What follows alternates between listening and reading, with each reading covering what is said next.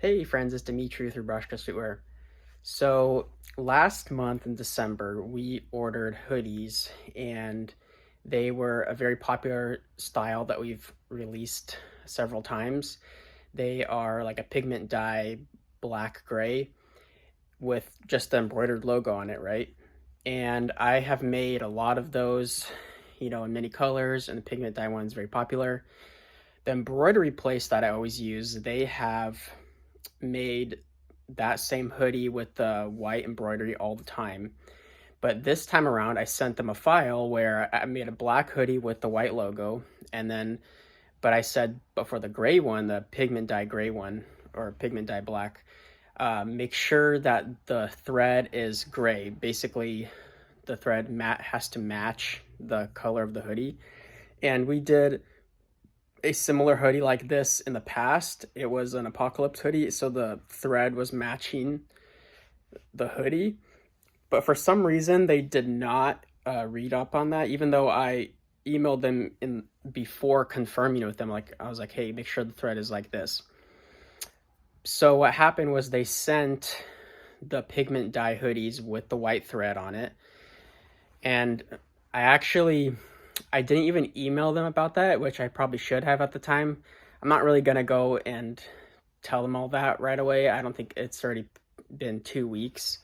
I kind of let it go because I didn't order that many of them, and it's a product that we've made in the past, so it's just like, okay, whatever, it's a restock. I just wanted to make a slightly different product because having the matching thread looks really cool.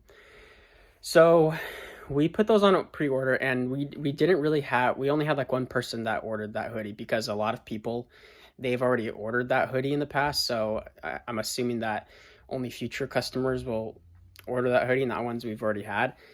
And that's already happened. We already had more sales of them, and we already sold obviously the same hoodie. But that one customer that bought the one that was supposed to have the gray thread on it, we just shipped them the normal one with the white thread, and we said, hey, sorry, our manufacturer screwed up, and this is what it is. If you don't like it, email us. We can refund you, and you can send it back, or we can send you something else if you don't like it. So they were a little bit bummed about it, and they messaged me. They're like, hey, is there a way to like fix it, or can I dye or color it? And I was thinking, I'm like, you know what? Why don't we try run an experiment? And I'll show you how that experiment went. It was actually a pleasant surprise. All right, before I show you our experiment, I'm gonna kind of show you so here's the pigment dye hoodies right here. Here is how they screwed up. So it was supposed to be like this. This is one that we made in the past, Apocalypse hoodie. This is a reject one. It has stains on it, but it has a gray thread on it that's pretty close to, matching the whole color of the hoodie. And so this was supposed to have gray thread, right? But they just sent us this, and this has been a really popular hoodie that we've already sold lots of them. So what I did instead when that customer emailed me, I was like, okay, let's run an experiment. And I'm glad that I saved this hoodie. I'll show you part of it. This was a reject hoodie, and as you could tell, the thread got messed up here.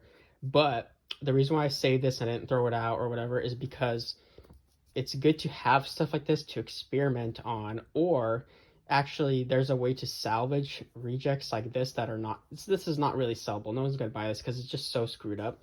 But sometimes what people do is they can remix a design, and you can actually embroider over this and kind of like cover up the mistakes with, like, let's just say there's like bullets here, or like a gun, or just some explosion, some kind of cool design that covers this up.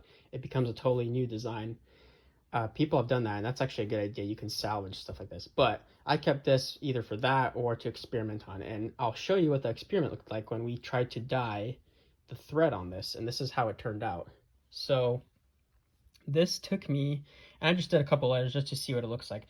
This literally took me like, I don't know, a minute and a half, 2 minutes to carefully fill this in. And this is how I did it. I just used one of these fabric art markers, and it's a black one too, which is I was surprised at. So if you're gonna color over white thread, it doesn't look really black, which I didn't know because I never ran this experiment, and it's almost exactly the kind of color, or this is what it would have looked like before. I think actually the thread might have been like lighter than this because I told him to use this, but this is also like acceptable. And I have not washed this before because I just now did this, but I assume that this will slightly fade because that's just what happens with if you use a fabric marker.